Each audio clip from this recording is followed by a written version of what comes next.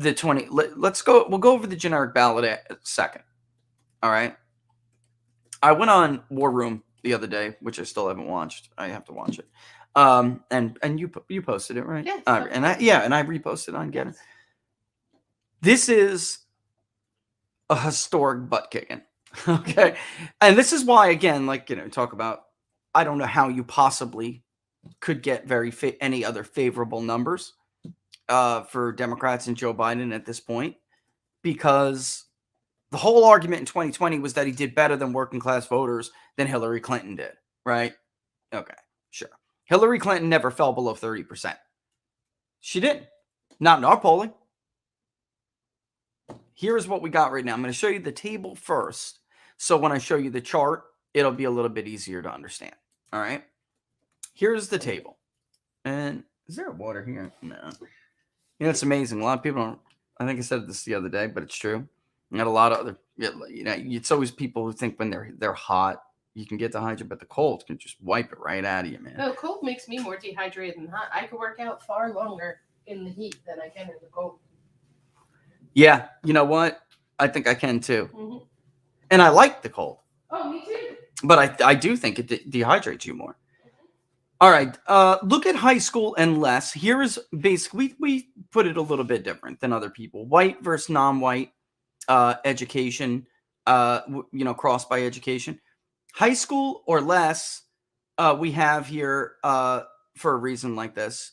This is the same as like if you see other polls say white college degree, white non-college degree. But then I just simply added non-white as well, just to show you the difference.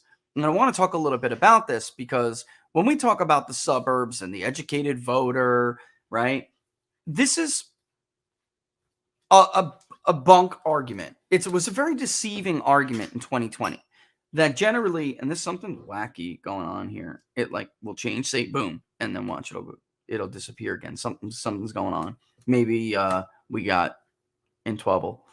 We probably did get in trouble. You know what? Like I said, the hour is late. Go to Rumble. So basically, the suburbs of these so-called, anti-Trump, pro-Romney voters, they don't look the same as they did 10 years ago, ladies and gentlemen. It's not that Donald Trump was like losing all of these Romney voters. It's that, and by the way, the census is out now. Anyone can go look at it, and I have been proven right. The educated voter in the suburb is far less white than it used to be. And look at the difference between non-white and white educated voters. The margin is actually pretty close. Well, it's tightened. It has tightened. Trump did lose whites with college degrees. Don't get me wrong. But not so much what kind of college degree. An associate degree, a bachelor's degree, a postgrad degree. It depends. And it actually was relatively much closer than you'd think. In many of these states, you would never have known. And I did this to show you it is really the Asian vote and black vote. Any minority vote that's above some college or associate, Trump just gets clobbered in. Overall, the some college associate, he gets clobbered in. But if you look at Hispanics, for instance, Hispanics with an associate's degree, Trump is leading among. Hispanics with no college degree, it's tied. All right. It's really when you get into graduate is when he starts to get clobbered, and Republicans in general get clobbered.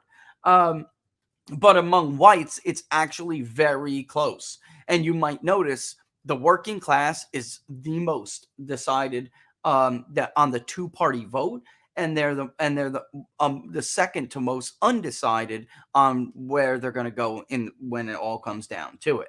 So it's still a very vote-rich opportunity here for not just Trump, but Republicans in general. It's just Trump's margin is even bigger.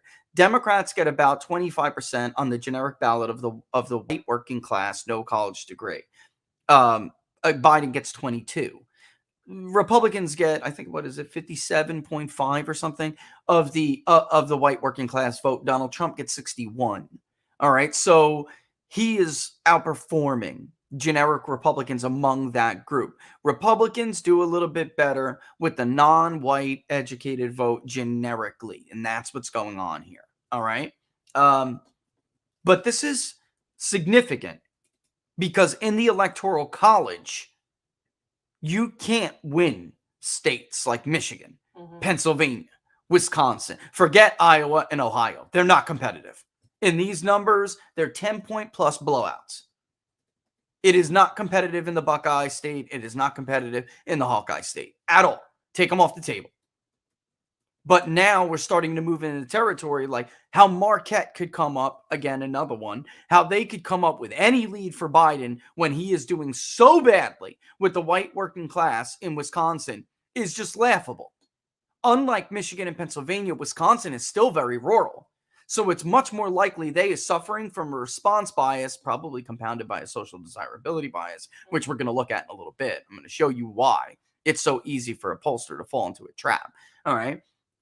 That's what happened to them in the last 2 cycles. And I assume that is what happened to them again. Because if you make sure you get these people and you're patient with them and you can finally get a complete from them, it's ugly. And you simply cannot win those states with margins like this. This is worse than Hillary Clinton's margin. They need to understand that. This is not like a 10,000 vote margin in Michigan. This is like a 100,000 vote margin in Michigan. This isn't a 40 to 70,000 vote margin in Pennsylvania. It's a 150,000 vote margin in Pennsylvania. These are blowouts, an electoral college blowout. All right, moving on. Let's look at it again here. This is a column. Think of it as columns, even though it's erratic. The darker the color, the larger the margin. All right.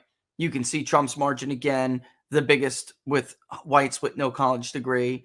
Whites with some college associate's degree, Trump still has a 30-point margin. These are incredible margins. They're big. And then take a look though over at white, not Hispanic, with post-grad. I mean, Joe Biden has slipped considerably. And then, on and on and on down the line. Again, we went over this. Non-whites with a post-grad is what is expanding Joe Biden's margin with post-grad voters. And he's crushing Donald Trump by 30 plus points among that group. Non-whites with a bachelor's degree, again, 30 points plus, with that group.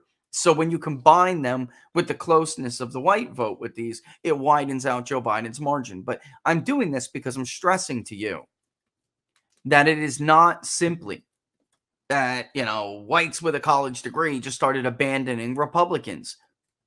That group is not as white as it was 12 years ago, 10 years ago. It's just not. So it's even more impressive that the generic ballot is looking like 2010. It's even more impressive today than it was in 2010. And by the way, Donald Trump's coalition is more diverse. I know that's going to break brains. I know. Because Donald Trump's coalition is more diverse than the generic Republican coalition. Donald Trump does worse among Asians. That's it. He does better among Hispanics, and he does better among black voters. The Republicans do better among all whites, not whites without college degrees, but all whites, and they do a little bit better with Asians. That's what the difference is between their lead and Trump's. It's a 1-point difference in the margin, but they are at 45. Trump's at 42. Trump is ranged from 42 to 47. Biden has ranged from 36 to 44, right? I think, or 43. I'd have to go 42. Because there was one that was Trump 47, Biden 42, I think. I'd have to go back and look, yeah. All right, let me grab a sip of water here while you digest this. Pull in a Rubio. Yup. Anyway, let's take a look at the generic ballot while we're at it. Here's the generic ballot by party. Every once in a while, you need something other than water just for taste. Mm-hmm. But there's nothing like just good water when you're thirsty. And soda and juices, they don't quench your thirst. Yeah. Especially when Thursday. Oh, okay. Yeah. No, I go ahead. digress. No, go ahead. No. Go ahead. Go do your. I don't want to talk. So again, too, unlike you can talk as much as you want. Unlike the 2024 matchup, okay, there's a major difference here with party crossover. So Trump does considerably better with Democrats than Biden does with Republicans and Trump voters in general. So there are like 3 times more Biden voters who say they would vote for Donald Trump than there are Trump voters who say they would vote for Joe Biden. But generally, even though it looks like 4% crossover to the Democratic candidate, 5 or really 3.9 to 5.4 crossover to the Republican candidate of Democrats, he does better with based crossover, but he does slightly worse with independents. The lead for independents on the generic ballot is 19 points for Republicans, which is why they have a bigger lead. All right. Independent other third parties, let's call it that. So again, they're different coalitions, and that's important to remember. They always were. All right. Independent third party voters, they make up the majority of people. Well, they make up more of them say they would vote for someone else. That will get smaller as time goes on.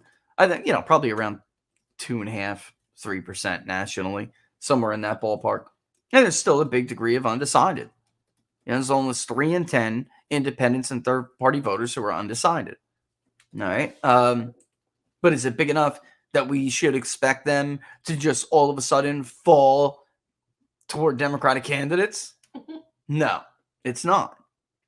It's not. And while we're at it, where is my little social desirability bias indicators? I want to go. And here's why. Actually, here's why. Let me start here before I go into the social bias indicators. And while you do that, just keep this in mind, because this is a good question. Well, actually, I mean, if it's a relevant question, it's about shoot. Like what Trump's ceiling would be with black voters and actual voting. Probably like 15%, 16% nationally. Yeah, probably like 6. We've had them as high as 18. Yep. It's within the sampling error. You got to be realistic. I really do believe that. But Republican ceiling is like 13. Mm-hmm. That's it. And again, breaking down locals. If I'm sure you guys have gone through it a lot, but go through when you get a chance. And here I'm going to add something to the screen and remove this. When you get a chance, go through Hispanic versus non-Hispanic by education and check out the generic ballot versus Donald Trump's. And then race detail. Where's the Asian detail? I'll add it. I don't know why it's not live. I did add it on my end. Let me do it because I want you guys to see this. Give me 1 second. So on demographics, you have a white detail question. On Asians, you have there's white, Hispanic, and Asian detail questions. Now, keep in mind, especially when you get to Asians that are only 3% of this. Yes. You're talking about big sampling errors for subgroups. All right. Even Hispanics, they're 11% of this poll, or non-white Hispanics are 11% of this poll. Keep in mind. Now, whites, obviously, the sampling error is less, but for subgroups, you need to keep that in mind. All right. Where should I put it, though? You know what? I'll put it after the education. So we'll do white detail after education. I thought I did this already. I probably didn't hit save. Hispanic detail and Asian detail. All right. And I'll hit save. It's going to go through its thing because it's got to update all the charts and everything. There we go. It's a lot. It's a lot of columns, a lot of rows. Data. Yeah, a lot of columns, a lot of rows. All right. So I'll refresh this actually so we can see them.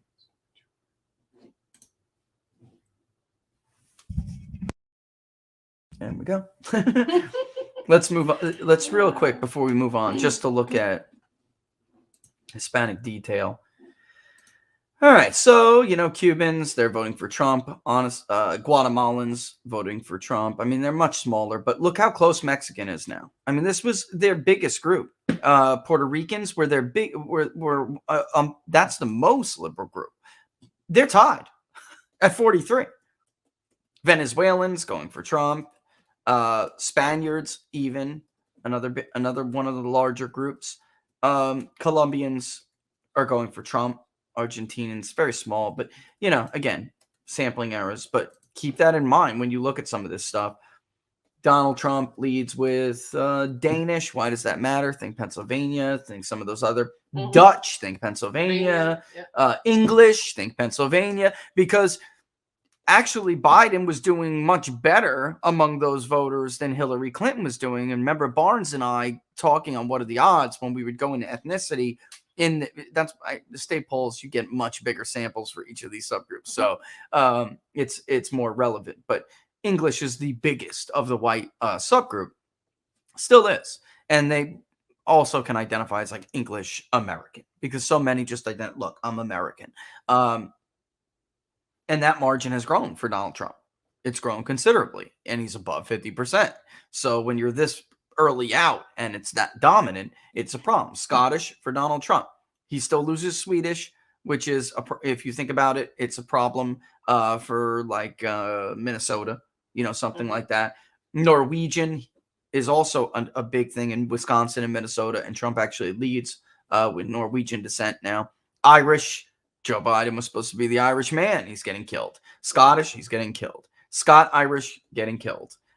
Italians, did I say that already? Still getting killed. So it's for the French, which is also particularly more of a liberal white demographic, is barely voting for Biden, barely going for Biden. So yeah, again, subgroups, take them with a grain. But I look at this stuff because they can be red flags. They can definitely be red flags. All right, so and it's fun.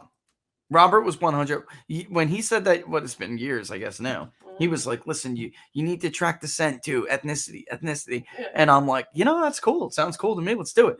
And it was so predictive. It's not. It really is so predictive. All right, comfortable. Or first, before we move on to comfortable sharing beliefs.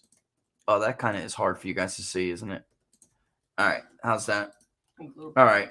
Forget about white detail. Let's just go through all. First, before we go on to the social indicators, because I try to get so much in an episode. We're already almost to the first half of the hour and first half of the show.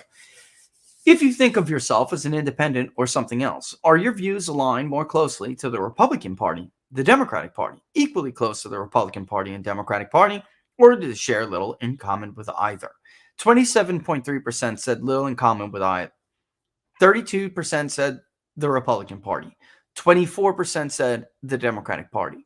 If I would have asked this, and did, frankly, 6 months ago, you would have found this either very even or maybe even slightly toward the Democratic Party. But that has now changed. So when we look at the remaining independents in the electorate who did not identify with one or the other, what do you think you're going to see them do with the remaining 28% who are undecided? Is there any plausible scenario where they all just race to the Democratic candidate and it's like a +6 national victory for Democrats in the House of Representatives? It's freaking dreamland, ladies and gentlemen. That's like pass whatever you're smoking. Puff, puff, pass. Puff, puff, pass. Jeez, because you got some good stuff. Man.